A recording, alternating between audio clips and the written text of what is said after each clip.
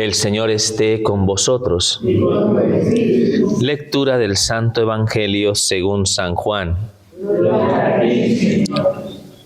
En aquel tiempo Jesús dijo a los judíos: Mi Padre sigue actuando, y yo también actúo. Por eso los judíos tenían más ganas de matarlo, porque no solo quebrantaba el sábado, sino también llamaba a Dios Padre suyo, haciéndose igual a Dios. Jesús tomó la palabra y les dijo: en verdad os digo, el Hijo no puede hacer nada por su cuenta, sino lo que viere hacer al Padre. Lo que hace éste, eso mismo hace también el Hijo, pues el Padre ama al Hijo y le muestra todo lo que Él hace, y le mostrará obras mayores que esta para vuestro asombro. Lo mismo que el Padre resucita a los muertos y les da vida, así también el Hijo da vida a los que quiere. Porque el Padre no juzga a nadie, sino que ha confiado al Hijo todo el juicio, para que todos honren al Hijo como honran al Padre. El que no honra al Hijo, no honra al Padre que lo envió. En verdad os digo, quien escucha mi palabra y cree al que me envió, posee la vida eterna, y no incurre en juicio, sino que ha pasado ya de la muerte a la vida. En verdad os digo, llega la hora y ya está aquí, en que los muertos oirán la voz del Hijo de Dios, y los que hayan oído vivirán. Porque igual que el Padre tiene vida en sí mismo, así ha dado también al Hijo tener vida en sí mismo, y le ha dado potestad de juzgar porque es el Hijo del Hombre.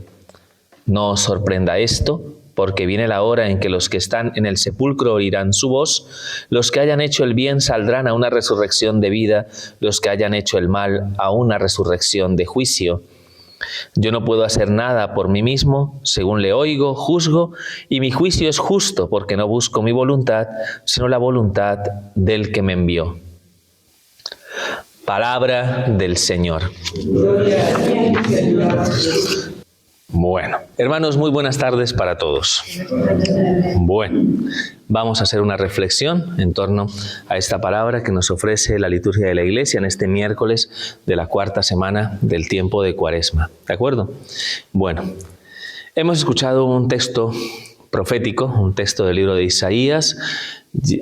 Os recuerdo que en algún momento he comentado mucho, ¿no?, que Isaías está compuesto en tres partes.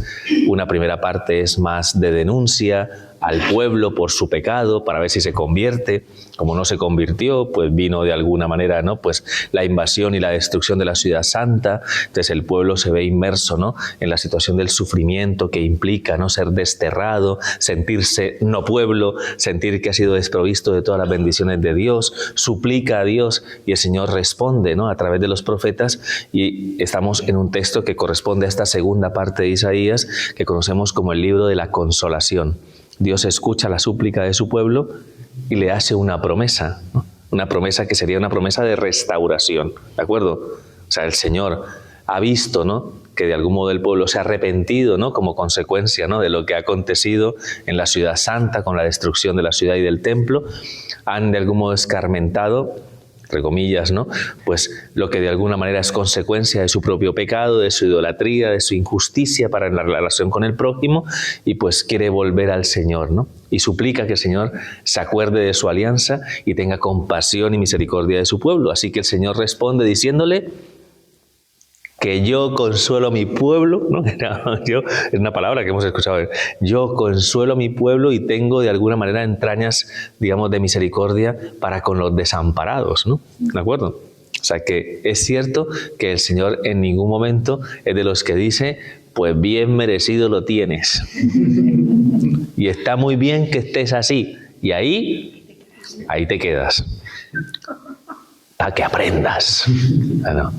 No explico, el Señor no es así, es algo más propio de nuestra conducta humana y nuestro sentido de justicia en las cosas. El Señor consuela a su pueblo y de algún modo tiene esa compasión por los desamparados, ¿no? La frase muy bonita que hemos escuchado en el día de hoy, porque eso da como una sensación de gracias, Dios mío. Ya la tercera parte de Isaías ya es la alegría de la vuelta del destierro, ¿no? Me explico, ya es el gozo, la esperanza, ¿no?, que se abre en el corazón del creyente cuando todo se va de alguna manera dando para que el pueblo pueda retornar y se cumplan estas promesas de restauración. ¿De acuerdo? Pues muy bien. En ese contexto, lo que el libro de Isaías plantea, pues es eso, ¿no? El Señor que de algún modo, ¿no?, pues tiene compasión y misericordia de su pueblo, que le llama de alguna manera, ¿no?, a salir de donde se encuentra. ¿Dónde está? Está en el destierro, ¿no? Está desperdigado, ¿no? No está en la tierra de la promesa, ¿no? Por eso el pueblo está desarraigado de la bendición de Dios. ¿Cómo se sienten? No pueblo. Entonces Dios, que es fiel a su alianza, ¿no?, pues toma la decisión de escuchar el clamor de su pueblo y le hace esa invitación. Salid, regresad, ¿no? Volved nuevamente, ¿no?, a la tierra de la promesa. ¿Cómo será esa vuelta? Conforme a lo que escuchamos hoy en el libro de Isaías, es como si el Señor los llevara en andas, ¿no? Porque de alguna manera plantea que en medio, ¿no?, de lo que ha sido para ellos, ¿no?, la situación de salida, ¿no? Pues normalmente cuando te destierran de la zona de Palestina lo que te encuentras son desiertos. Que encima, no sé si os podéis imaginar la situación, ¿no? La desolación de la destrucción de la ciudad. Te llevan esclavo y prisionero y encima te llevan a caminar al desierto. Es deprimente, no sé, ¿no? Tú caminando ahí en la arena, pensando, madre mía, no sé, escarmienta al pueblo un sufrimiento muy grande, ¿no?, como consecuencia, ¿no?, de lo que han vivido, ¿no?, por la desolación de la destrucción de la ciudad santa y del templo y el destierro. En fin, es algo que incluso ellos ven reflejado en su salir, ¿no?, en vivir esta experiencia. Entonces, cuando regresen ya no será un desierto, ¿no? Dice que el Señor de alguna manera los llevará, digamos, por praderas, ¿me explico? Por lugares donde en algún momento el Señor pues va a saciar, ¿no?, lo que ellos en ese aspecto adolecen, ¿no? Es la necesidad en algún determinado momento de encontrar como un manantial de agua en lugar, ¿no?, de una sensación de sequedad y de desierto, ¿no?, en sí, ¿no? Las colinas se abajarán, ¿no? Todo se allanará, ¿no? O sea, no habrá de alguna manera como una especie de sensación de esfuerzo en sí, porque ¿quién es el que lleva y conduce a su pueblo? El Señor. Es casi como la imagen que escuchamos nosotros en el Evangelio de la oveja perdida, ¿no? ¿Me explico? No es que el pastor, no sé si recordáis, no es que el pastor, que la oveja estaría ahí, que se caía por un precipicio enredada, herida, etcétera, etcétera, y que el Señor, venga, ¿no? Que a lo mejor la pobre no podía ni caminar. ¿Qué hizo el buen pastor? Les dice, la cargó sobre sus hombros, ¿no? Entonces, ¿cómo sería el camino de la oveja?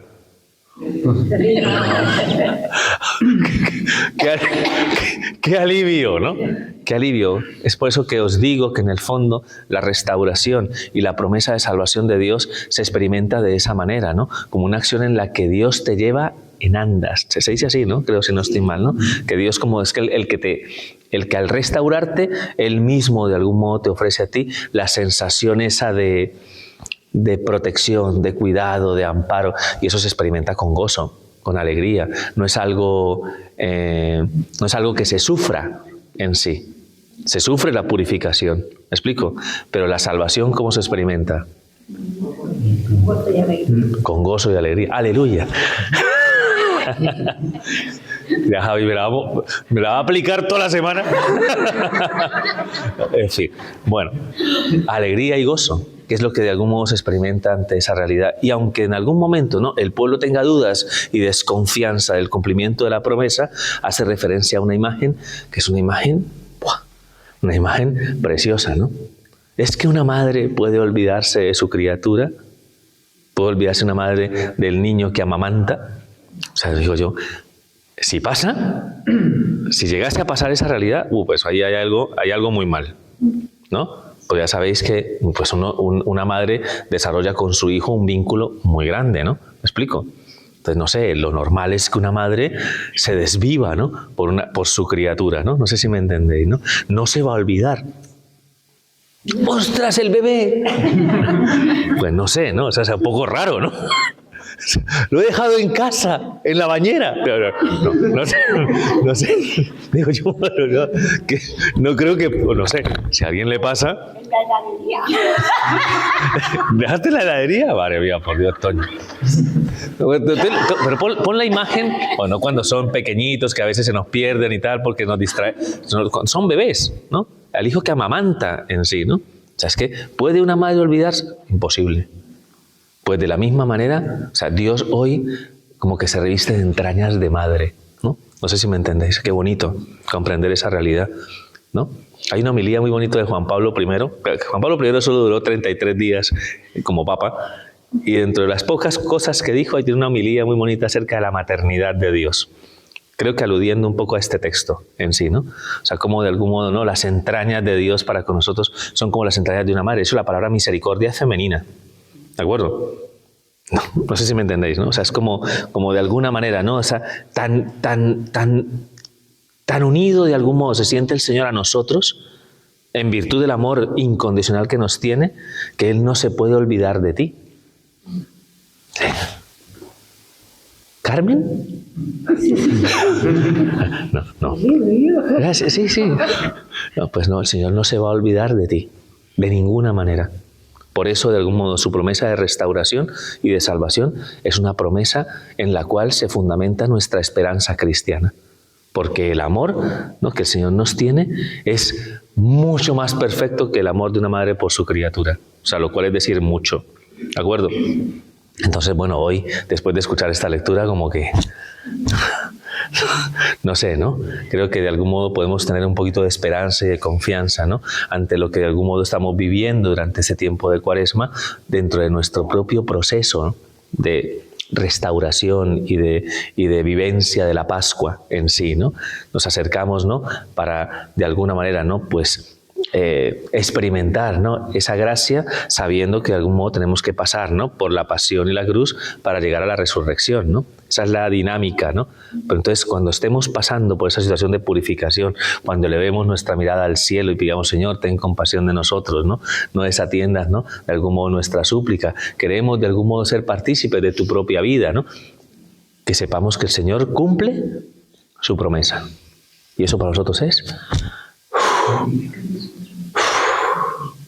¿no?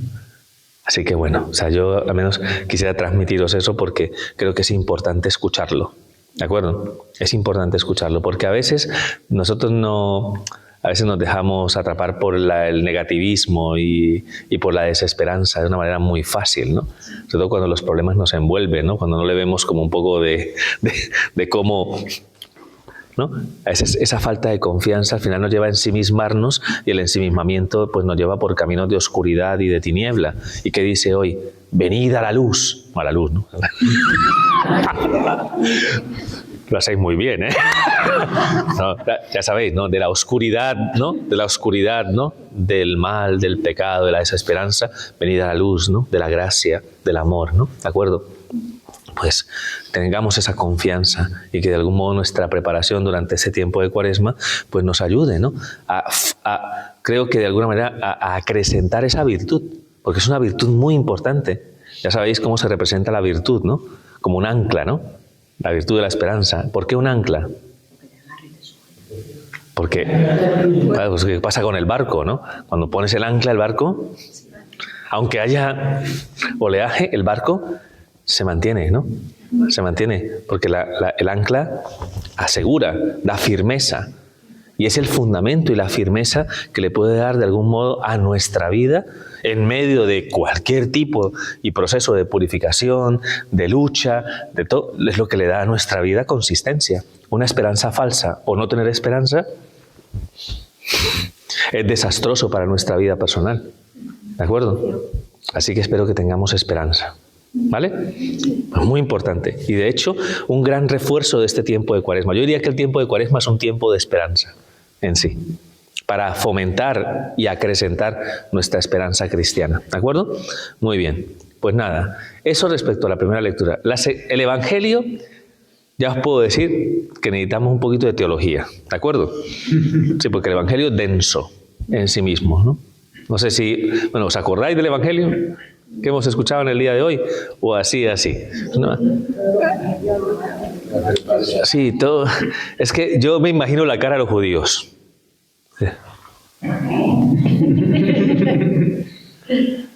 ¿Qué dice este? O sea, lo que queda claro en toda la lectura que hemos escuchado de este texto del capítulo 5 del Evangelio de San Juan, lo que queda claro es que entre el Padre, Dios, ¿no?, y Jesús hay una comunión estrecha. ¿De acuerdo? Hay una comunión estrecha. Que de alguna manera las obras del Padre, ¿no?, del Padre Dios, evidentemente, ¿no?, de algún modo se ponen de manifiesto en la persona del Hijo. Que el Padre le ha otorgado al Hijo, ¿no?, el juicio, ¿no?, sobre la realidad del mundo. ¿Me explico? Por tanto, si el Padre es autor y dador de vida, ha querido que esa vida se comunique y se transmita a través del Hijo, que tiene el poder en algún momento, ¿no?, de conferir esa vida a los hombres. Y cuando hablamos de vida no estamos hablando no estamos hablando de estirarnos la cara y pintarnos las canas, para que me entendáis, ¿no? O sea, no es extender esta vida terrena en sí. Cuando estamos hablando de vida, estamos hablando de vida verdadera.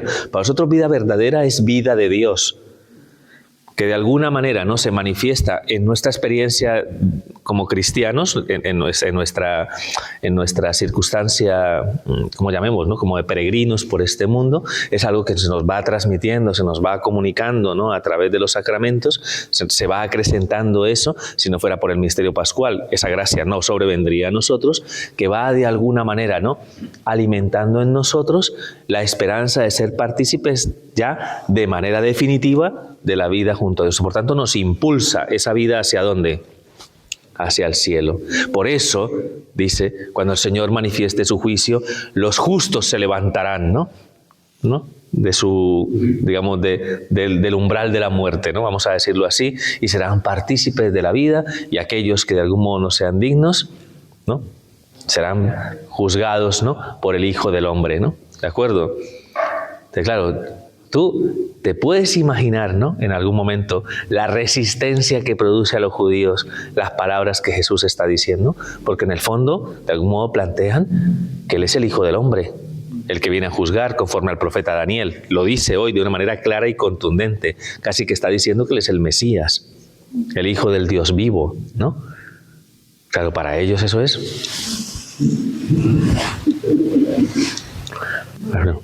Es una resistencia porque su lógica les lleva a tener la incapacidad de comprender que ese Galileo despreciado porque venía de Nazaret, ¿me explico?, que Jesús no se iba a poner a contar, es que yo nací en Belén, ¿no? Que mirad la partida de bautismo. No tenía partida, pero que el Señor no se pone a defenderse, ¿no?, ante los judíos, porque los judíos se escandalizan fundamentalmente porque ellos esperaban que el Mesías iba a ser otra persona, con otras características, ¿no? ¿Me explico? Y mucho menos uno que cuando de alguna manera predica, al final lo que les denuncia fundamentalmente es que de algún modo ellos no tienen vida en su corazón, ¿no? Entonces al final se produce esa resistencia. Ya sabéis por qué Jesucristo es crucificado. Por esto que hemos escuchado en el día de hoy. ¿De acuerdo? Este es el motivo de su juicio en sí, ¿no? Cuando finalmente sea declarado blasfemo, ¿no?, cuando sea declarado blasfemo, se le declarará blasfemo y reo de muerte por decir que Él es el Hijo de Dios. Por de algún modo plantear que existe esa comunión íntima de vida y amor entre el Padre Dios y Él. ¿De acuerdo? Porque al judío no le cabe, ¿no?, en sí mismo la comprensión de este misterio, que sigue siendo para nosotros un gran misterio de fe, ¿de acuerdo? Que de alguna manera entendamos que si de algún modo se nos ha dado, ¿no?, la posibilidad de ser redimidos, es porque de algún modo el Hijo de Dios, ¿no?, se ha encarnado, ¿no?, y ha de algún modo asumido nuestra naturaleza para poder rescatarnos, ¿no?, de la esclavitud del pecado, realizando una acción que por sí misma es completamente, ¿no?, como está fuera del alcance de nuestra lógica. ¿De acuerdo? Aquí solamente podemos obedecer, ¿no?, tener confianza, ¿no?, en la palabra del Señor, que es el que nos dice, ¿no? Es un poco como la Eucaristía en sí misma, ¿no? ¿Tú por qué adoras la Eucaristía? ¿Porque es muy sensato? Pues no. No es muy sensato. O sea, no sé si me entendéis, ¿no? O sea, pensarlo, ¿no?, desde fuera, ¿no?, la consideración, estos se están arrodillando entre un trozo de pan. O sea, no sé, ¿no? O sea, alguien de verdad te lo plantea desde una lógica de estas, ¿no? Y a lo mejor te pone a dudar a ti, oye, ¿de verdad yo qué hago aquí? ¿No? arrodillado ante un trozo de pan. Es que Jesús dijo que ahí estaba. Esto es mi cuerpo, esta es mi sangre. ¿Qué es? Obediencia de fe. Confiamos en un milagro, porque es un milagro, es algo que no... Pero ¿cómo? Es que eso se llama transustanciación, pues quedo igual. No me entra en la cabeza, ¿no? Aunque tenga una formulación filosófica a través, ¿no?, de una doctrina aristotélica de lo que es la materia y la forma, la transustanciación, ¿no?, sustancia y accidentes, ¿no? ¿Me explico? O sea, aunque haya incluso una reflexión en sí misma, es un milagro. Es algo que solamente podemos acoger en la fe. ¿Me explico? De la misma manera que cuando el Señor se presenta y nos dice, yo soy el Hijo de Dios, ¿me explico? Yo soy vuestro Salvador, yo soy vuestro camino hacia el Padre. Debemos entender, evidentemente, que quien tiene cerrado su corazón se muestra incapaz y choca frontalmente ante esta noticia, ¿no? ¿Me explico? Que es algo que desacomoda muchísimo.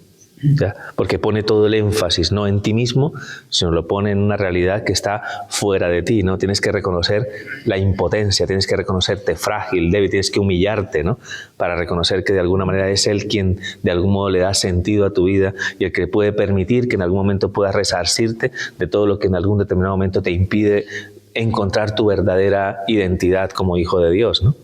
¿De acuerdo? Entonces ahí vemos ya la tensión, ¿no? Ya estamos a miércoles, de la cual es que esto ya se viene encima, ¿eh? Que ya tenemos las... Yo cuando empiezo a leer estos evangelios, yo digo, ¡uy! ¿Ya? Porque como empieza ya a gestarse, ¿no?, la tensión que va a ser muy consecuente a lo largo de todos estos días, la tensión que produce, ¿no?, el Señor entre los judíos, los fariseos, que van de alguna manera, pues van pasando, ¿no?, del rechazo, la incomodidad, la murmuración. Vamos a por Él, ¿no?, vamos a quitárnoslo de encima, conviene que muera Él y no, que conviene que muera este y no el pueblo entero, ¿no? Estas cosas que vamos a empezar a escuchar y que de alguna manera hacían parte de la vida del Maestro. ¿Os dais cuenta de eso? Sí. Que Él tenía que vivir en ese run-run, que es que van a por mí, que van a por mí. El Señor tiene que vivir ya ese sufrimiento y nos vamos aproximando ya de alguna manera. Es que ya, ¿no? O sea, un poco viernes de dolores en nada, ¿no? Entonces, pidámosle especialmente al Señor que podamos acompañarlo, ¿no? Que podamos de algún modo, digamos, tener esa especie de sensación de que nos adherimos a Él en la fe y que confiamos que realmente al ser Él hoy proclamado claramente, ¿no?, como Hijo de Dios, verdadero mediador entre el cielo y la tierra, ¿no? ¿De acuerdo? Pues que de algún modo podamos poner nuestra confianza en Él. Una confianza que hemos dicho en la primera lectura que no defrauda y que de alguna manera está revestida de una esperanza firme. ¿Qué opináis? ¿Caminamos? Sí, totalmente. ¿En esa dirección? Sí. Pues sí. Pues yo me voy en Semana Santa a República Dominicana, ¿eh? Ya pues tú lo que quieras, ¿no? Pero al final, si no nos está diciendo, caminemos hacia lo que ya la liturgia nos va a ir de alguna manera, ¿no?, como nos va a ir abriendo esa perspectiva. Caminemos hacia la cruz, ¿no? Caminemos hacia el misterio de la pasión y muerte para con Él ser partícipes de la resurrección y de la vida. ¿De acuerdo? Así que ánimo. Nunca os escandalicéis de ser de Cristo. ¿De acuerdo? Nunca os escandalicéis, ¿no? Que de alguna manera cuando se vuelva difícil ser de Cristo, que os acordéis, ¿no?, de la esperanza, siempre, ¿no?, de la esperanza. La esperanza que no defrauda. Así que mucho ánimo, se lo ofrecemos todo al Señor, pedimos la intercesión de este santo Francisco de Paula, ¿no?, fundador de los mínimos, ¿no?, pues una comunidad que era bastante austera en sí, ¿no?, de alguna manera, ¿no?, viviendo, ¿no?, en una extrema pobreza, ¿no?, y de despojamiento, pues o sea, los mínimos, ¿verdad? O sea, la palabra mínimo lo dice más o menos, ¿no? O sea...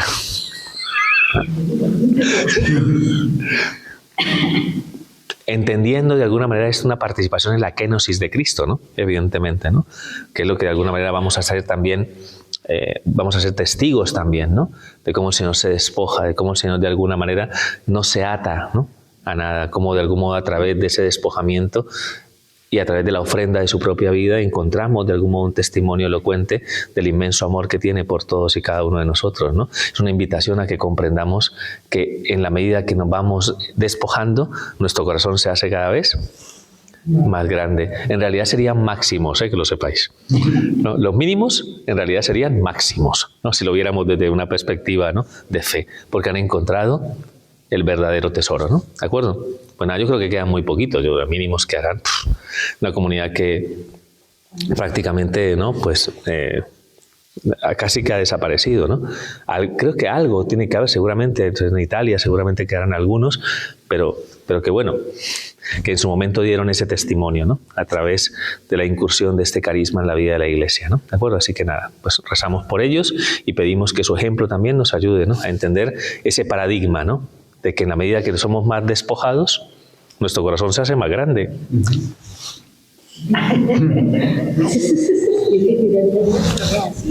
La fe y la esperanza que la esperanza produzca su fruto. ¿De acuerdo? Venga, ánimo. Gloria al Padre, al Hijo y al Espíritu Santo. Por los siglos de los siglos. Amén.